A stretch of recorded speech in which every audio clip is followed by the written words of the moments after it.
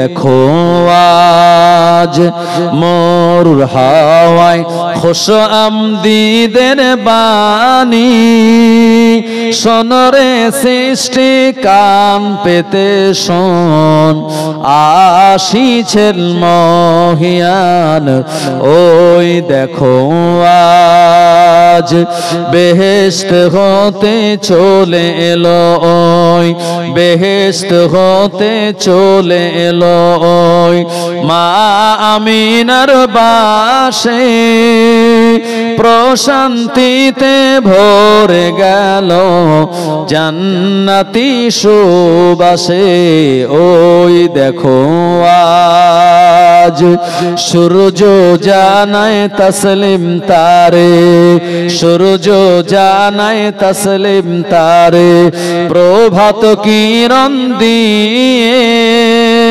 চাঁদের আলো উপচে পড়ে লাখো সালাম নিয়ে ওই দেখো আজ লক্ষ কোটি মালায়েকে বলে এলো যে ওই আহমদ কোটি তারা দরুদ পড়ে মুহাম্মাদিয়া মুহাম্মদ মুহাম্মাদিয়া মুহাম্মদ আল্লাহুম্মা সাল্লি আলা সাইয়্যিদিনা মাওলানা মুহাম্মদ ওয়া আলা আলি সাইয়্যিদিনা ও জনেরা যুবকেরা 625 খ্রিস্টাব্দে এমন করে ওহদের ময়দানে দামামা বেজে গেল বদরের ময়দান থেকে যারা পরাজয় স্বীকার করে মক্কা জমিনে চলে গেল আবু সুফিয়ান ওয়াদা করে বলল জীবনে আমি মাথায় তেল দেব না আমার বিবির কাছে আমি যাব না ব্যবসা বাণিজ্যে আমি হাত লাগাবো না যতক্ষণ পর্যন্ত মুহাম্মাদের সাহাবীদেরকে আমি পরাজয় বরণ করাতে না পারবো যুদ্ধে যতক্ষণ হারাতে না পারবো আমি আবু সুফিয়ান আমার বিবিকে আমি স্পর্শ করব না ও নবীর উম্মত উম্মতানিরা এরকম ওয়াদা অঙ্গীকার করে আবু সুফিয়ান বিরাট টার্গেট পূর্ণ মেজাজ নিয়ে এক বছরের ভিতরে মক্কার জমিনে মানুষকে বুঝিয়ে বুঝিয়ে তাদের ব্রেন গুলি ওয়াশ করিয়ে আল্লাহ নবী সাহাবে کرامদের বিরুদ্ধে লড়াই করার জন্য 3000-এর এক বিরাট বাহিনী গড়ে তুলল আবু সুফিয়ান বলল আবু জাহেলকে তারা মেরে দিল এমন করে আমাদের লিডার আবু লাহাব সেও নিজে রোগে আক্রান্ত হয়ে মারা গেল আমাদের মক্কা জমিনের বড় বড় লিডার বলে আর কেউ নাই ইসলাম পর পর প্রতিদিন এভাবে বিরাট বিস্তৃতি লাভ করে এটা যদি আমরা কোনোভাবেই কমাতে না পারি গোটা মক্কা জমিনে আমাদের কোনো অস্তিত্ব থাকবে না এইরকম ভাবে মানুষ দিগকে বলে আবু সুফিয়ান 3000-এর এক বিরাট বাহিনী সে তৈরি করলো আল্লাহ নবী সাহাবে کرامদের বিরুদ্ধে লড়াই করবে বলে আল্লাহ নবী মদিনার মসজিদে নববী শরীফে ফেরেশতা জিবরাইল আলাইহিস সালাম এসে বললেন ইয়া রাসূলুল্লাহ হাবিবাল্লাহ আপনার সাহাবাদের বিরুদ্ধে লড়াই করার জন্য ইসলামের বিপক্ষে লড়াই করার জন্য আবু সুফিয়ান 3000-এর এক বিরাট বাহিনী জোগাড় করে নিয়েছে হুজুর আপনি আর দেরি করবেন না আপনার সাহাবে کرامদের নিয়ে ওদের মোকাবেলা করার জন্য ওদের বিরুদ্ধে লড়াই করার জন্য আপনি বিরাট এক বাহিনী গঠন করুন ওহদের ময়দানে ওদের সঙ্গে আপনার মোলাকাত হবে ওই জায়গায় দাঁড়িয়ে হবে আল্লাহর নবী যুদ্ধের দামামার আওয়াজ পেয়ে সাহাবে کرامদের বললেন বাবা সাহাবীরা এক বছর হয়ে গেল বদরের ময়দানে গিয়েছিলাম আমাদের সেই বদরের ময়দানে তাদের হেরে যাওয়ার প্রতিশোধ নেওয়ার জন্য ওরা আবার আমাদের বিরুদ্ধে লড়াই করতে চায় এ আমার মদিনা সাহাবীরা এমন করে তোমরা আসো আর একসঙ্গে আমরা ওহদের ময়দানে যাব বদরের ময়দানে কোনো মুনাফিক কিন্তু যায় নাই ওহদের ময়দানে যখন আমার নবী ডাক দিলেন এমন করে আব্দুল্লাহ বিন উবাইয়ের দলে যারা লোক ছিল এরা দেখলো যত দিন যায় নবীর ফলোয়ারের সংখ্যা তত বেড়ে যায় নবীর ভক্তের সংখ্যা তত বেড়ে যায় আমরা যদি তাদের সঙ্গে 1000 বিরাট বাহিনী নিয়ে তিনি বেরিয়ে পড়লেন উহুদের ময়দানের দিকে। আল্লাহর নবী মদিনার মসজিদের নামাজ আর আযানের দায়িত্ব দিলেন সাহাবী হযরত আব্দুল্লাহ ইবনে উম্মে মাকতুম রাদিয়াল্লাহু আনহুকে। আল্লাহর নবী সাহাবে کرامদের নিয়ে উহুদের ময়দানের দিকে যখন রওনা হলেন, খানিকটা রাস্তা যাওয়ার পর মুনাফিক যারা ছিল এরা কেউ সামনে নাই, এরা সব পিছনের কাতারে ছিল। মুনাফিক যারা কোথায়? তারা পিছনের কাতারে। এই চা খাচ্ছেন খান, কিন্তু আলোচনা কথাবার্তা, বাচ্চারা তোমরা চা খাচ্ছ খাও, আলোচনা কথাবার্তা একটু বন্ধ রাখো। নবীর জীবনী আপনারা শুনছেন আর সেখানে যদি কথা বলেন এই বেয়াদবি হবে কি হবে না? আমার সঙ্গে নয়, নবীর সঙ্গে বেয়াদবি হয়ে যাবে, একটু সাবধান। আলোচনা সারা দিনে আপনার মাত্র 3টে ঘন্টা এখানে দেন, আর 21 ঘন্টার ভিতরে আপনারা হয়তো 6 ঘন্টা ঘুমান, আর বাদ বাকি 15 ঘন্টা আপনাদের কথা বলার জন্য রয়েছে, তাই না? 3টে ঘন্টা যদি একটু চুপচাপ বসে থাকেন তাহলে আমার আলোচনা করতেও সুবিধা হবে, আর যারা শুনছেন তাদের শুনতেও সুবিধা হবে। একটু জোরে তাকবীর দেন, মাঝখানে শয়তান ঢুকে গেছে এই জন্য কথা হচ্ছে। নারে তাকবীর, এই আওয়াজে শয়তান পালাবে। জোরে আওয়াজ দেন, নারে তাকবীর। পাহাড়পুর গ্রামে বিশ্বনবীর জীবনী জলসা, হিজবুল্লাহ, আহলে সুন্নাত ওয়াল জামাত, সিলসিলায়ে হক, মুজাদ্দিদে জামান, মুজাদ্দিদে জামানে সিলসিলা।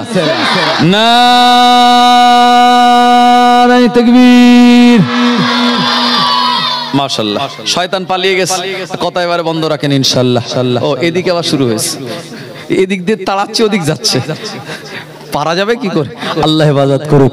জওয়ানেরা, যুবকেরা, ও নবীর উম্মতেরা, আল্লাহর নবী দয়ান নবী এমন করে তিনি দেখতে পেলেন তানার কানে সংবাদ আসলো ইহুদি যারা পিছনের দিকে ছিল, মুনাফিক যারা পিছনের দিকে ছিল, খানিকটা রাস্তা যাওয়ার পর আল্লাহর নবীর কানে আওয়াজ আসলো, ইয়া রাসূলুল্লাহ, হাবিবাল্লাহ, মদিনা থেকে 1000-এর যে বাহিনী আপনি নির্মাণ করেছিলেন এই বাহিনীর ভিতর থেকে 300 জন তারা পিছন দিক দিয়ে পালিয়ে চলে গিয়েছে।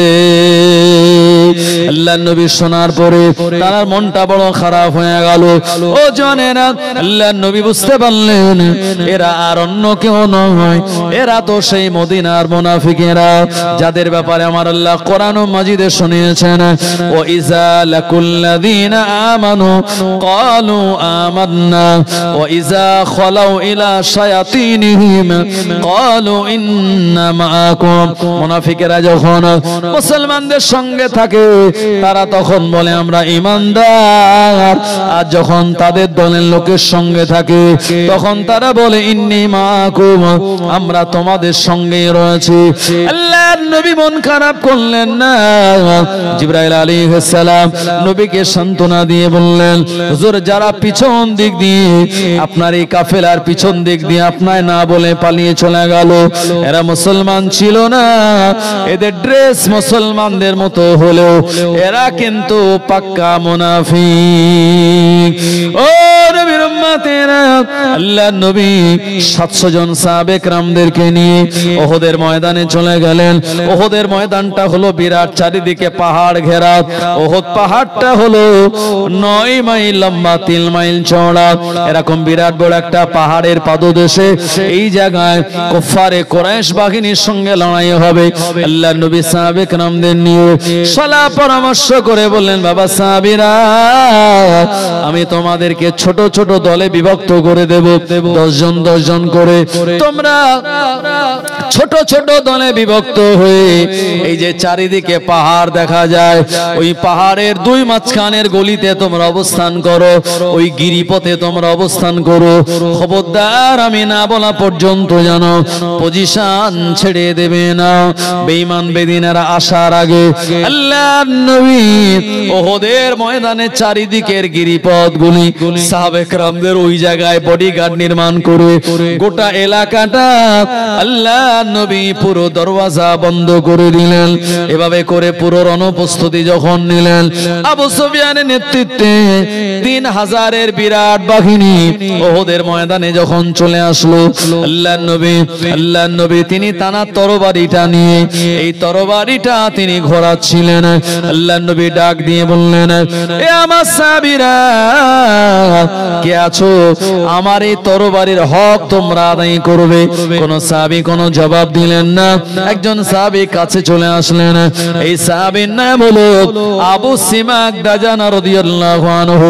উনি বললেন, ইয়া রাসূলুল্লাহ, হাবিবাল্লাহ, এই তরবারির হক আমি আদায় করব। আল্লাহ নবী বললেন, বাবা আবু সিমাক দাজানা, এই তরবারির হক কি তুমি কি তা জানো? ওই সাহাবী বলেন, হুজুর, দুশমনদের দিকে এমন ভাবে তরবারি চালাবো যাতে তাদের মুখটা বেঁকে যায়, এরা দুনিয়া থেকে বিদায় নেয়। আল্লাহ নবী আবু সিমাক দাজানা রাদিয়াল্লাহু আনহুর হাতে এই তরবারিটা দিয়ে দিলেন। আর আবু সিমাক লাল একটা পাগড়ি মাথায় বেঁধে নিলেন। সাহাবীরা বললেন, ইয়া রাসূলুল্লাহ, হাবিবাল্লাহ, আবু সিমাক দাজানা শহীদ না হওয়া পর্যন্ত এই তরবারি চালানো বন্ধ করবে না। আল্লাহ নবী তানার জন্য দোয়া করলেন। ওহদের ময়দানে ওই বেঈমানদের দল থেকে দুজন আসলো। নবী সাহাবী আবু সিমাক দাজানা হযরত আলী রাদিয়াল্লাহু আনহু তানাদের দুইজনের মাঝখানে সর্বপ্রথম সামনাসামনি লড়াই হলো। আবু সিমাক দাজানা হযরত আলী রাদিয়াল্লাহু আনহু এই দুইজন সাহাবী ওদের দলে দুটো লিডারকে দুনিয়া থেকে তাদেরকে বিদায় করে দিল, তরবারির আঘাত নিয়ে তাদেরকে শেষ করে দিল ওহদের ময়দানে। এভাবে করে আবু সুফিয়ান নিজে তার বিবিকে এনেছিল। তার বিবির নাম হলো আপনার হিন্দা। এই হিন্দা দলে কয়েকজন আরো মহিলা ছিল যারা গান বলবে, যারা কবিতা বলবে আর কুফারে কুরাইশদের মনোবল চাঙ্গা করবে।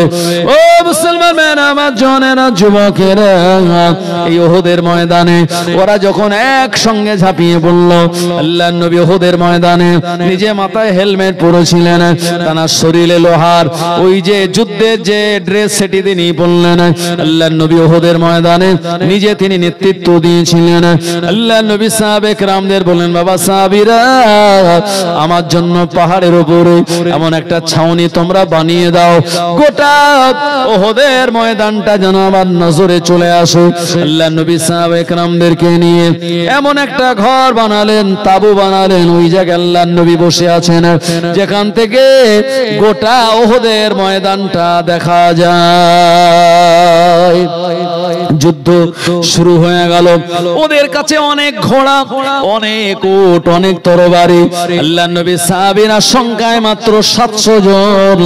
তাদের কাছে এত উন্নত মানের অস্ত্র শস্ত্র, এত তরবারি, এত উট, এত ঘোড়া নাই। তারপরেও আল্লাহর গায়েবী মদতে এই ওহদের ময়দানে হযরত আলী, হযরত আমির হামজা, হযরত আব্বাস, হযরত আব্দুল্লাহ ইবনে মাসউদ রাদিয়াল্লাহু আনহুম তানাদের বিরাট ভাবে তরবারি চালানো এই ওহদের ময়দানে যুদ্ধ যখন শুরু হয়ে গেল, একটা সময় হযরত আলী রাদিয়াল্লাহু আনহু বলেন, আমি এত বিরাট ভাবে তরবারি চালিয়েছিলাম, ওদেরকে আমি ছত্রভঙ্গ করে দিলাম, ওরা সব পালিয়ে যাওয়া শুরু করে দিল। হযরত আমির হামজা বলেন, আমি ব্যাপক হারে তরবারির আঘাত করলাম, ওরা আমাদের সামনে টিকতে পারল না। কারণ বদরের ময়দানে হেরে যাওয়ার একটা ভয় তাদের কাছে রয়েছে, আর বিজয়ের আনন্দ মুসলমানদের কাছে রয়েছে। এটা একটা বিরাট প্লাস পয়েন্ট ছিল। একটা সময় আমির হামজা রাদিয়াল্লাহু আনহু বলেন, আমি তরবারির আঘাত করতে করতে ওদের সীমান্তের, ওদের কাফেলার শেষ প্রান্তে যখন পৌঁছে গেলাম, ওই জায়গায় আমি হিন্দাকে দেখতে পেলাম।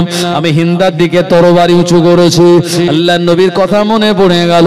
আল্লাহর নবী বলেছিলেন, বাবা সাহাবীরা, কোন মহিলা আমাকে যেন আঘাত করবে না। আমি তরবারি রুখে নিলাম। হিন্দা সে তখন গায়ের জামা পায়ের জামা উঁচু করে পালিয়ে চলে যাচ্ছে, তার পায়ের নলা পর্যন্ত আমি দেখতে পেলাম। ও মুসলমানেরা আমার, গোটা উহুদের ময়দানে একটা সময় মুসলমানদের আল্লাহ বিজয় দান করে দিলেন। নবী পাক বলেছিলেন, বাবা সাহাবীরা, আমার হুকুম না পাওয়া পর্যন্ত যেন এই জায়গার গিরিপথের রাস্তা তোমরা ছেড়ে দেবে না। বদরের ময়দান হলো ফাঁকা জায়গা, আর উহুদের ময়দান হলো পাহাড় ঘেরা জায়গা। কোন দিক দিয়ে হঠাৎ করে দুশমন আক্রমণ করবে এটা ঠিক রাখা বিরাট একটা ক্রিটিক্যাল ব্যাপার। ও নবীর উম্মতেরা, আল্লাহর নবী সাহাবীরা যারা ওই গিরিপথে ছোট ছোট দলে পাহারাদার ছিল, তারা মনে করলো মনে হয় বদরের ময়দানের মতো উহুদের ময়দানেও মুসলমানদের বিজয় হয়ে গেল। আল্লাহর নবীর বলে দেওয়া নির্ধারিত জায়গা ছেড়ে দিয়ে সবাই তরবারি রেখে দিয়ে, অনেকে যুদ্ধের সরঞ্জাম গায়ের পোশাক খুলে দিয়ে আর গানিমাতের মাল সংগ্রহ করার জন্য ব্যস্ত হয়ে পড়ল। আবু সুফিয়ান ও চলে যাচ্ছিল, কিন্তু বারবার সে পিছনে তাকিয়ে দেখছিল যে বদরের ময়দানে হেরে গেলাম, উহুদেও তো হেরে গেলাম, আমরা মক্কা জমিনে গিয়ে কি মুখ দেখাবো। আবু সুফিয়ান হঠাৎ করে পাহাড়ের উপরের দিকে তাকালো, দেখতে পেল এলাকাটা খালি। ওই জায়গায় সাহাবীরা যারা বডিগার্ডের মতো দাঁড়িয়ে ছিল, ওই জায়গায় যারা গার্ড দিচ্ছিল সামরিক বাহিনী হিসাবে, তারা গার্ড দেওয়া ছেড়ে দিয়ে ওরা সব এলাকাটা ছেড়ে দিয়ে গানিমাত নেওয়ার জন্য ব্যস্ত হয়ে পড়ল। আবু সুফিয়ান আবার গোপনে গোপনে তার বাহিনীকে ডাক দিয়ে বলল, বদরে হেরে গেলাম, উহুদেও মার খেয়ে বাড়ি যাচ্ছি, কি মুখ দেখাবে, দেরি করো না। মুহাম্মাদের সাহাবীরা গিরিপথের রাস্তা ছেড়ে দিয়ে তারা নিচে নেমেছে, আমরা আবার দ্বিতীয়বার অতর্কিত হামলা করব তাদের উপরে। এই হামলায় আমরা বিজয় লাভ করতে পারবো। আবু সুফিয়ান দ্বিতীয়বার আবার বাহিনী গঠন করে আল্লাহর নবী সাহাবীদের উপরে যখন আক্রমণ করলেন, বাবা এই সময় সাহাবীরা ব্যাপকভাবে শহীদ হয়ে যাওয়া শুরু করে দিলেন। ও নবীর উম্মতেরা, অনেকের কাছে তরবারি ছিল না, যুদ্ধের শ্বাস প্রশ্বাস ছিল না, এমন করে হঠাৎ দ্বিতীয়বার অতর্কিত হামলায় নবী পাকের সাহাবীরা দিশেহারা হয়ে পড়লেন। আল্লাহর নবী দৃশ্য দেখে বলেন, বাবা সাহাবীরা, তরবারি তোমরা দ্বিতীয়বার ধারণ করো, ওদের বিরুদ্ধে লড়াই করো। কিন্তু দ্বিতীয়বার তরবারি ধারণ করার আগে অনেক সাহাবী দুনিয়া জমিন থেকে তাদের আঘাতে শহীদ হয়ে গেলেন। ও মুসলমান ভাইরা আমার, আল্লাহর নবী বারবার সাহাবীদের বলতেছিলেন, আর এমন দৃশ্য দেখে আমার নবী ওই তাঁবুর উপরে আর থাকতে পারলেন না, পাহাড় থেকে তিনি নিচে নেমে আসলেন। উহুদের ময়দানে আমার নবী সাহাবে কেরামদের মনোবল বাড়ানোর জন্য তাদেরকে তিনি তদারকি করতে লাগলেন। সাহাবীরা দ্বিতীয়বার তরবারি ধরে আবার ওদের বিরুদ্ধে লড়াই করা শুরু করে দিলেন। এমন সময় কিছু বেঈমান বেদিনেরা আল্লাহর নবীকে মারার টার্গেটে যারা ছিল, এরা বিশ্ব নবীর গোটা চেহারা মোবারক, আল্লাহর নবী যে জায়গায় পুরো এলাকাটা ঘিরে ফেলে দিয়েছে, আল্লাহর নবীকে এরা তরবারির উল্টো পিঠ দিয়ে রাসূলুল্লাহর মাথার উপরে, তানার কাঁধের উপরে আঘাত দেওয়া শুরু করলো। ও উম্মতেরা, উহুদের ময়দানে দুশমনদের এই তরবারির আঘাতে আল্লাহর নবীর হেলমেটের দাঁতগুলি তানার মস্তক মোবারকে গিথে গেল। তানার এই কাঁধে তরবারি উল্টো পিঠ দিয়ে আঘাত করার কারণে তানার গোটা কাঁধ মোবারক আপনার ব্যথায় জর্জরিত হয়ে পড়ল। এমন সময় আমার নবী বলেন, কে আছো, আমায় উঠিয়ে নিয়ে যাবে। আবু তালহা রাদিয়াল্লাহু আনহু বলেন, আল্লাহর নবীর এমন আওয়াজ শুনে আমি তাড়াতাড়ি চলে গেলাম। ওই জায়গায় যাওয়ার পরে দেখে বেঈমান বেদিনের আমার নবীকে ঘিরে ফেলে দিয়েছে। আমি আবু তালহা সিংহের মতো গর্জন দিয়ে আল্লাহর নবীর কাছে চলে গেলাম। ওদের বিরুদ্ধে আমি তরবারি ধারণ করলাম, ওরা আমাকে তীর মারা শুরু করে দিল। আবু তালহা বলেন, আমার নবীর গায়ে যাতে তীর না লাগে, আমি আবু তালহা আমার বুকটা তাদের কাছে পেতে দিলাম। ওরা যখন পারল না, আমার নবী পাক সাল্লাল্লাহু আলাইহি ওয়াসাল্লাম নবীজি নবীর মস্তক মোবারক লক্ষ্য করে একটা পাথর মেরে দিল। ওই পাথরটা আল্লাহর হাবিবের দান্দান মোবারকে লেগে যায়। আর আল্লাহর হাবিবের ঠোঁট মোবারক দুটি রক্তাক্ত হয়ে গেল, দুটি রুবাই দাঁত ভেঙে গেল, শহীদ হয়ে গেল। এ সময় আল্লাহর নবী প্রচন্ড আঘাত প্রাপ্ত হলেন।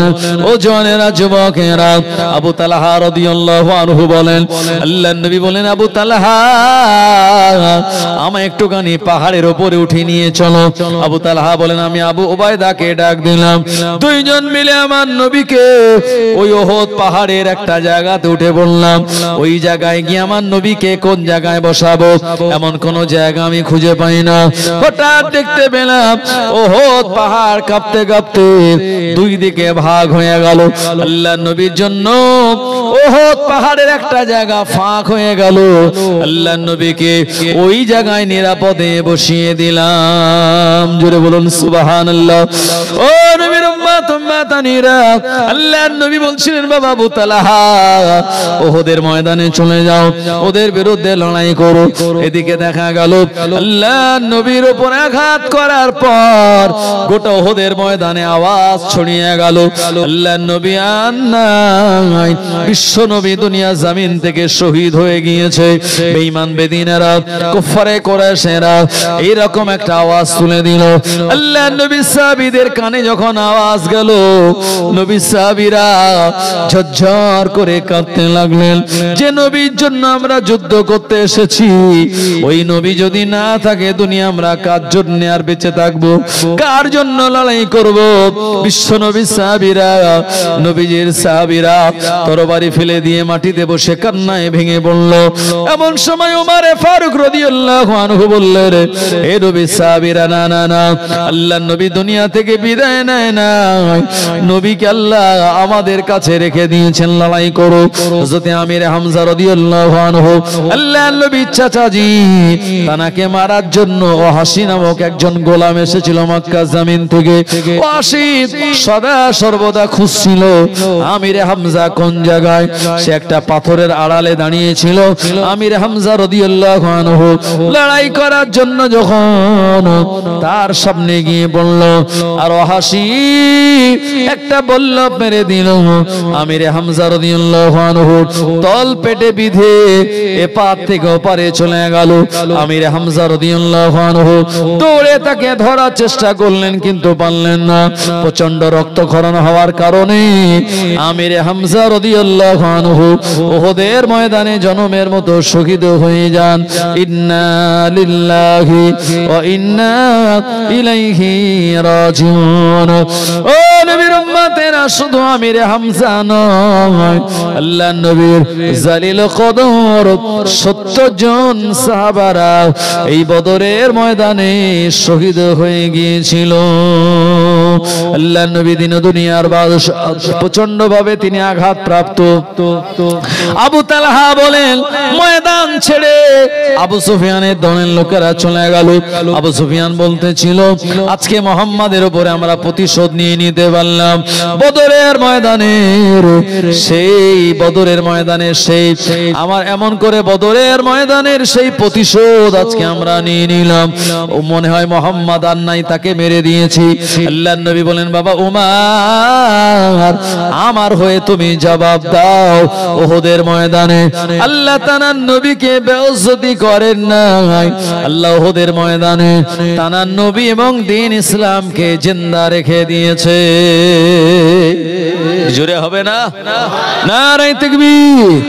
জানেনা যুবকেরা, ওহদের ময়দানে আল্লাহর নবী তানার মস্তক মোবারকে যে হেলমেটের দাঁতগুলো বিঁধে গিয়েছিল, ওটা সাহাবীরা দাঁত দিয়ে কষ্ট করে তুললেন। আল্লাহর নবীর গায়ের ড্রেসটা খুলে দেওয়া হলো, যেটা যুদ্ধের পোশাক। আল্লাহর নবীর দুটি কাঁধে প্রচন্ড আঘাত পেয়েছিলেন। তানার ঠোঁট মোবারক বাবা এমন করে পাথরের আঘাতে আঘাতপ্রাপ্ত হয়ে গেল।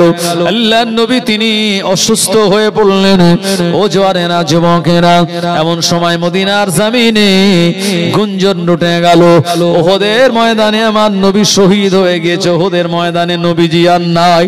হঠাৎ করে একজন বুড়ি মহিলা উহুদের ময়দানের দিকে দৌড়ে দৌড়ে আসে। ওই মহিলা এমন করে বলে, আল্লাহ নবী কেমন আছে? সাহাবীরা বললেন, এ মহিলা, তোমার বড় বেটা উহুদের ময়দানে শহীদ হয়ে গিয়েছে। মহিলা বলে, বড় বেটা শহীদ হয়েছে, এতে আমার কোনো দুঃখ নাই, আমার নবী কেমন আছে একবার আমায় শুনিয়ে দাও। আর মহিলা দৌড়াতে লাগলো। আরেকজন বলেন, এ মহিলা, তোমার স্বামী উহুদের ময়দানে শহীদ হয়ে গিয়েছে। মহিলা বলল, লা পরো, আমার তাতে কোনো দুঃখ নাই, একবার বলো আমার নবী কেমন আছেন। আরেকজন সাহাবী বললেন, বুড়িমা, তোমার ভাই সে উহুদের ময়দানে শহীদ হয়ে গিয়েছে। বুড়িমা বলে, লা পরো, আমার কোনো দুঃখ নাই, একবার বলো আবার নবী কেমন আছে। উহুদের ময়দানে বুড়িটা দৌড়ে দৌড়ে যখন পৌঁছে গেলেন, আল্লাহর নবীকে জিন্দা দেখতে পেয়ে বুড়ি বলল, আমার ছেলে গিয়েছে, স্বামী গিয়েছে, আমার ভাই গিয়েছে, আমার কোনো দুঃখ নাই, আল্লাহর নবী হায়াতে রয়েছে, এটাই হলো আমার কাছে সবথেকে বড় পাওনা। একবার জোরে জোরে বলুন সুবহানাল্লাহ। আল্লাহর নবীকে কত ভালোবেসেছিলেন, মহব্বত করেছিলেন। সোনা মানিকেরা, জওয়ানেরা, যুবকেরা, উহুদের ময়দানে আমার নবী নামলেন আর বললেন, বাবা সাহাবীরা, এই শহীদ হয়ে যাওয়া তানাদের লাশগুলি, আমার সাহাবীদের লাশগুলি উহুদের ময়দানে তাদের দাফন করে দাও। যারা শহীদ হয় তাদের গোসল দেওয়া লাগে না, নতুন কোন কাফন পরানো লাগে না, যে অবস্থায় শহীদ হয়েছে ওই অবস্থায় তানাদের দাফন দেওয়া লাগে। আর আমার নবী সাহাবীরা বললেন, ইয়া রাসূলুল্লাহ, হাবিবাল্লাহ, এক এক গর্তে এক একটা কবরে কয়জন করে সাহাবীকে দেব? আল্লাহর নবী বললেন, এক একটা কবরে 2 জন 3 জন 4 জন করে আমার সাহাবীদের ওই জায়গাতে দাফন দিয়ে দাও। তবে যিনি বয়সে বড় তানাকে আগে দাও, তারপরে অন্যান্য সাহাবীদের দেবে। ও মায়েরা, বোনেরা, নবীর উম্মতেরা, গোটা উহুদের ময়দানটা বিভীষিকাময় একটা দিনে পরিণত হয়ে গেল। আল্লাহর নবী সাহাবীদের এভাবে যখন দাফন দেওয়া হয়, হঠাৎ করে পিছন দিক দিয়ে একজন মহিলার কণ্ঠের আওয়াজ পাওয়া যায়, ইয়া রাসূলুল্লাহ, হাবিবাল্লাহ, হুজুর, আমার স্বামীকে জানো বিনা গোসলে দাফন দেবেন না। আল্লাহর নবী বললেন, কে? মান আনতা, কে তুমি? ওই মহিলা বললেন, আমি আর অন্য কেউ নয়, আমি হলাম আমার স্বামী হানজালার বিবি। তোমার স্বামীকে কেন গোসল দেবো? ইয়া রাসূলুল্লাহ, হাবিবাল্লাহ, গতকাল রাতের বেলা আমাদের বাসর ঘর ছিল, নির্জন বাস ছিল, আমাদের 2 জনের নতুন বিবাহ হয়েছিল, আমার স্বামীর উপরে গোসল ফরজ ছিল। সকাল বেলা যখন জিহাদের ময়দানের ডাক শুনল আর গোসল করতে গেল না, সে বলল, আমার বেবি, গোসল করতে গেলে আমার বড় দেরি হয়ে যাবে, যুদ্ধের ডাক চলে এসেছে, আমার স্বামী নাপাক শরীরে এই উহুদের ময়দানে চলে এসেছিল। ইয়া রাসূলুল্লাহ, হাবিবাল্লাহ, আমার স্বামীকে যেন গোসল ছাড়া দাফন দেবেন না। আল্লাহর নবী বলেন, আমার সাহাবীরা, আমার হানজালা কোন জায়গায়? আমার হানজালা লাশটা খোঁজো। চারিদিকে হযরতে হানজালা রাদিয়াল্লাহু আনহু তারা লাশটা খোঁজার চেষ্টা হলো, না না না, কোন জায়গায় খুঁজে খুঁজে পাওয়া গেল না। খানিকক্ষণ পর হযরতে হানজালা লাশটা খুঁজে পাওয়া গেল। ও মুরব্বিয়ান বাবা, জীবনেরা, এই সময় দেখা গেল তানার দাড়ি মোবারক দিয়ে, তানার চুল দিয়ে টপ টপ করে পানি গড়িয়ে যায়। আল্লাহর নবীর কাছে খবর দেয়া হলো। নবী আমার দৌড়ে দৌড়ে সেখানে গেলেন। দৃশ্য দেখে বললেন, সাহাবীরা, খুশি হও, আমার হানজালার শাহাদাতে আমার আল্লাহ এত খুশি হয়ে গিয়েছে, দুনিয়ার কোনো পানি নয়, আল্লাহর ফেরেশতারা আমার হানজালাকে জান্নাতের নহরের পানি দিয়ে গোসল করিয়ে দিয়েছে। জোরে হবে না? নারে তাকবীর। এই জন্য হযরতে হানজালাকে বলা হতো গাসলুল মালাইক, মানে ফেরেশতাদের দ্বারা গোসলকৃত একজন নবী সাহাবী। ও নবীর উম্মতেরা, এমন সময় দেখা যায় আল্লাহর নবীর একজন চাচাজি, যার নাম হলো আমির হামজা রাদিয়াল্লাহু আনহু, তার সন্ধান পাওয়া যায় না, তার লাশ মোবারকটাও কোনো জায়গায় পাওয়া যায় না। অনেক সময় পেরিয়ে গেল, সাহাবীরা উহুদের ময়দানে সবাই মনটা খারাপ করে যখন সাহাবীদের লাশগুলি তালাশ করেন, অনেক পরে দেখা গেল একজন সাহাবীর লাশ পাওয়া গেল, কিন্তু না না না, তার আকৃতি দেখে চেনা যায় না ইনি কে।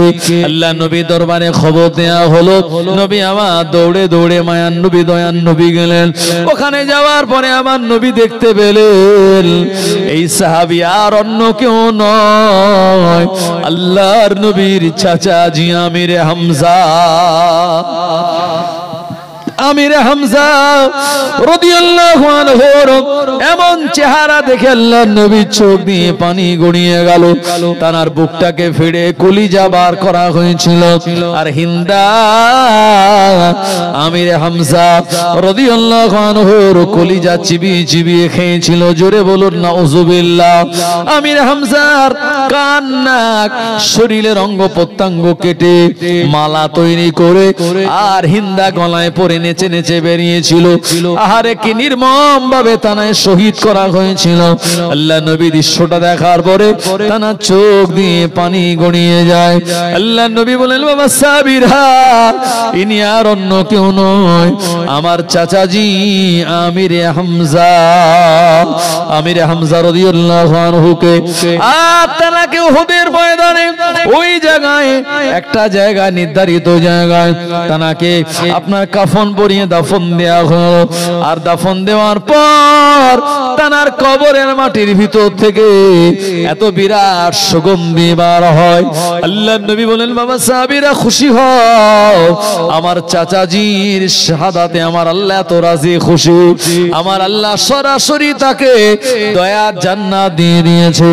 আর এই জান্নাতের সুঘ্রাণ আমার চাচাজির কবরের ভিতর থেকে পাওয়া যায়। জোরে বলুন। আজও উহুদের ময়দানে ঈমানদার নবীর উম্মতেরা ওই জায়গায় আমির হামজা রাদিয়াল্লাহু আনহুর মাজার জিয়ারত করতে গেলে তানার সুন্দর কবরের ঘেরান এখনো পর্যন্ত পাওয়া যায়। আল্লাহুম্মা সাল্লি আলা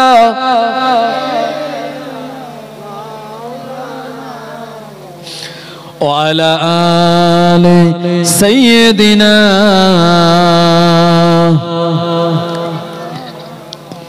জন্ম আমার নবীর যুগে হলে কেমন হতো, জন্ম আমার নবীর যুগে হলে কেমন হতো।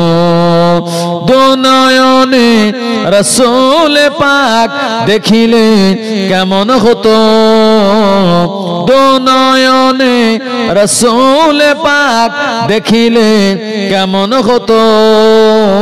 জন্ম আমার নবীর যুগে হলে কেমন হতো। আস্ত ভেসে হযরত বেলালের মধুর আযান, আস্ত ভেসে হযরত বেলালের মধুর আযান। ওই আযানে ছিল এমন প্রেম মুগ্ধ রহমান। জন্ম আমার নবীর যুগে হলে কেমন হতো। আল্লাহুম্মা সাল্লি আলা সাইয়্যিদিনা মাওলানা মুহাম্মদ ওয়া আলা আলি সাইয়্যিদিনা। ওহদের ময়দান থেকে আবু সুফিয়ানের দলের লোকেরা মক্কা জমিনে ফিরে গেল বটে, কিন্তু না না না, ওহদের ময়দানে ওদের 100% বিজয় হয় নাই, মুসলমানদেরও 100% বিজয় হয় নাই। 50-50 বিজয় তাদের দুই দলের ভিতরে হয়ে গেল। আর আল্লাহর নবী সাহাবে কেরামদের ভিতরে বিরাট একটা শিক্ষা হয়ে গেল। ওহদের ময়দান থেকে আল্লাহর নবী সাহাবীরা ভাবলেন জীবনে কোনোদিন আল্লাহর নবীর অনুমতি ছাড়া নিজেদের পজিশন কোন সময় ছাড়া যাবে না। এই ফর্মুলা এরপরে যত জিহাদের ময়দানে কাজে লাগিয়েছিলেন, সব জায়গাতে আল্লাহ বিজয় দান করে দিয়েছিলেন। আবু সুফিয়ান মক্কা জমিনে ফিরে গিয়ে বলল, না না না, এবার দিনের বেলা নয়, রাতের বেলা মদিনার উপরে আমরা অতর্কিত হামলা করব। ওই হামলায় তাদেরকে জনমের মতো সবাইকে বিদায় করে দিয়ে আমরা আমাদের ধর্মকে প্রতিষ্ঠা করব। ওরা নিয়াত করে চিন্তা ভাবনা করে রাতের বেলা আবু সুফিয়ানের নেতৃত্বে 4000-এর এক বিরাট বাহিনী ওরা মদিনার উপরে আক্রমণ করার প্রস্তুতি নিল। আমার আল্লাহ জিবরাইল আমিনকে শুনিয়ে দিলেন, ও জিবরাইল আমার নবীর কানে শুনিয়ে দাও বেঈমানদের এমন ষড়যন্ত্রের কথা। আল্লাহ নবীর কানে জিবরাইল আলাইহিস সালাম শুনিয়ে দিলেন। নবী আমার দেরি না করে সাহাবে কেরামদের নিয়ে মিটিং এ বসলেন। আল্লাহ নবী বলেন, বাবা সাহাবীরা, বদরের ময়দানে তোমরা আমায় হেল্প করলে, ওহদের ময়দানে গেলে, আবার ওরা তৃতীয়বার আমাদের উপর আক্রমণ করার জন্য ওরা মদিনার অভ্যন্তরে রাতের বেলা হামলা করতে চায়। এখন তোমরা বলো এটা আমরা কিভাবে মোকাবেলা করব? আল্লাহর নবীর এক একজন সাহাবী এক এক রকমের মতামত দিলেন। আল্লাহর নবীর পছন্দ হলো না। এমন করে পারস্য দেশের সাহাবী হযরত সালমান ফারসি রাদিয়াল্লাহু আনহু বললেন, ইয়া রাসূলুল্লাহ, হাবিবাল্লাহ, আমাদের এলাকায় যখন যুদ্ধ হয় আমরা আমাদের দেশের সীমানা বরাবর একটা বিরাট বড় লম্বা পরিখা গর্ত খনন করি। দুশমনেরা গর্ত পেরিয়ে পারে আসতে পারে না। আমরা তীরের আঘাতে যুদ্ধ করি। ওই জায়গায় আল্লাহ আমাদের বিজয় দান করে দেন। এই মতটা আপনার কেমন মনে হয়? আল্লাহর নবীর বড় পছন্দ হয়ে গেল।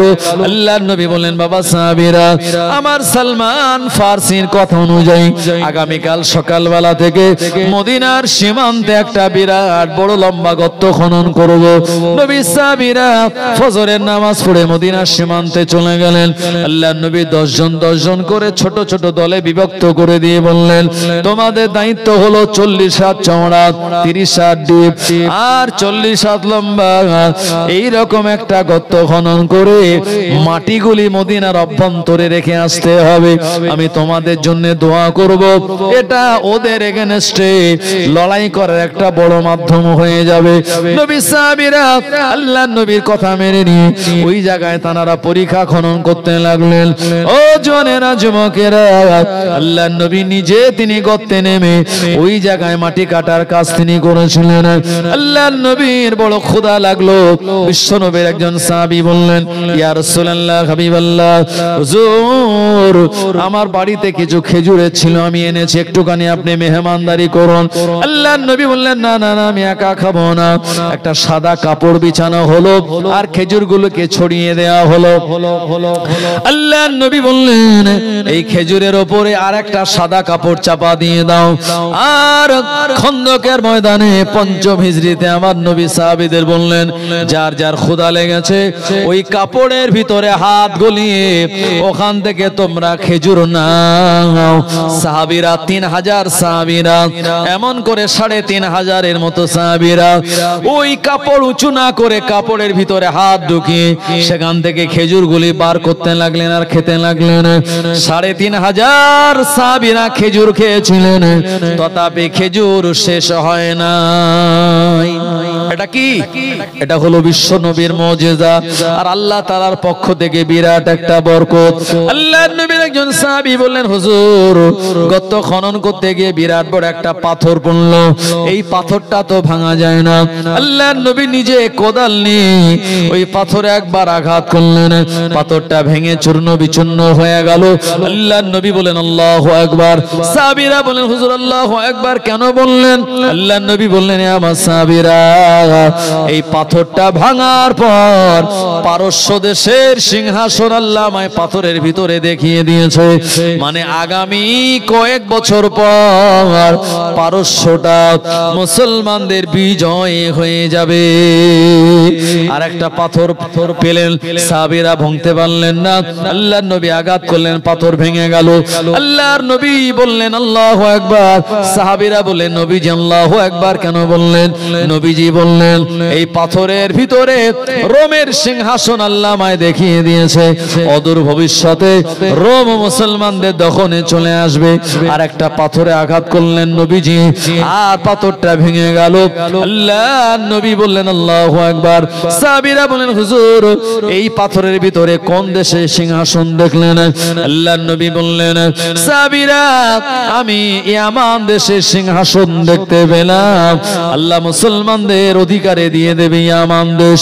আল্লাহর নবী এভাবে পরীক্ষা খনন করেন কয়েক দিন যাবত। যখন এইভাবে গর্ত খোঁড়ার কাজ হচ্ছে, আল্লাহর নবীর এত ক্ষুধা লাগলো, নবীজি ক্ষুধার জ্বালা সহ্য করতে না পেরে নবীজি তিনি তানার পেটেতে পাথর বাঁধলেন, এমন করে কাপড়ের ভিতরে পাথর দিয়ে তল পেটের ভিতরে দিয়ে পেটের সঙ্গে পিঠের সঙ্গে বেঁধে রাখলেন, যাতে সামনের দিকে ঝুঁকে না যায়। ও মায়েরা বোনেরা, এত বিরাট খাওয়ার কষ্ট আল্লাহ নবী পেয়েছিলেন। আল্লাহ নবীর এমন অভাব গিয়েছিল ভাই আমার, এমন করে দুই বেলা পেট পুরে খাবেন আল্লাহ নবীর জিন্দেগিতে কোনোদিন হয় নাই। আর আমরা নবীর উম্মত বলে দাবি করি, আমরা কত খাবার খাই, কত রকম আইটেমের, আর কত খাবার নষ্ট করি তার কোনো ঠিক নাই। ও মুরব্বিয়ান বাবাজি গনেরা, আল্লাহ নবী দিন দুনিয়ার বাদশাহ, তানার কাছে একজন সাহাবী আসলেন। এই সাহাবীর নাম হলো হযরত জাবের বিন আব্দুল্লাহ আনসারী রাদিয়াল্লাহু আনহু। এসে বললেন ইয়া রাসূলুল্লাহ, ইয়া হাবিবাল্লাহ, হুজুর আপনার এত কষ্ট দেখে আমি সহ্য করতে পারি না। হুজুর আমি আপনাকে দাওয়াত দিলাম, হুজুর আপনি আমার বাড়ির মেহমান হন। আল্লাহর নবী বলেন এ জাবির, আমায় একা দাওয়াত দিলে হবে না, আমার ৩৫০০ সাহাবী সবাইকে দাওয়াত দেওয়া লাগবে। ইয়া রাসূলুল্লাহ, নবীজি আমার বাড়িতে ছোট্ট একটা বকরির বাচ্চা, ২.৫ কেজি জবের আটা, এত সাহাবী গেলে আমি কেমন করে মেহমানদারি করাতে পারবো? নবীজি বললেন সাহাবী চিন্তা করো না, আল্লাহর উপরে ভরসা রাখো, আর আমি তোমায় যে কথাটা বলি সেটা মেনে চলো। বকরি জবাই করার পর যে হাঁড়িতে রান্না করবে, আমি যতক্ষণ না যাব ওই হাঁড়ি ঢাকনাটা আলগা করবে না। আর যে আটা দিয়ে রুটি বানাবে, আমি নবীজি যতক্ষণ না যাব ততক্ষণ তুমি জানো ওই আটা দিয়ে রুটি বানানো শুরু করবে না। আল্লাহ নবী বললেন বাবা এ জাবের বিন আব্দুল্লাহ আনসারী বাড়ি চলে যাও, বকরিটা জবাই করে আর তাতে গোশত রান্না করা শুরু করো, আমি এখান থেকে সাহাবীদের নিয়ে গুছিয়ে তোমার বাড়িতে রওনা দেব। আল্লাহ নবী সাহাবীদের বললেন বাবা সাহাবীরা কাজ কাম বন্ধ রেখে চলো, আমার সাহাবী জাবের বিন আব্দুল্লাহ আনসারী দাওয়াত দিয়েছে, আমরা সবাই মিলে তানার বাড়ির মেহমান হয়ে যাব। রাসূলুল্লাহর এমন দাওয়াতে সাহাবীরা সবাই খুশিতে বাগে বাগ। নবীজি আমার ৩৫০০ সাহাবে کرامদের নিয়ে জাবের বিন আব্দুল্লাহ আনসারীর বাড়িতে পৌঁছে গেলেন। এই জায়গায় যাওয়ার পর নবীজি জাবের বিন আব্দুল্লাহ আনসারীর কিচেন রুমে প্রবেশ করে নিজের রান্নার কাজে হাত লাগালেন। আল্লাহর নবী এমন করে নিজের লালা মোবারক নিয়ে ওই যে জবের আটা ছিল ২.৫ কেজি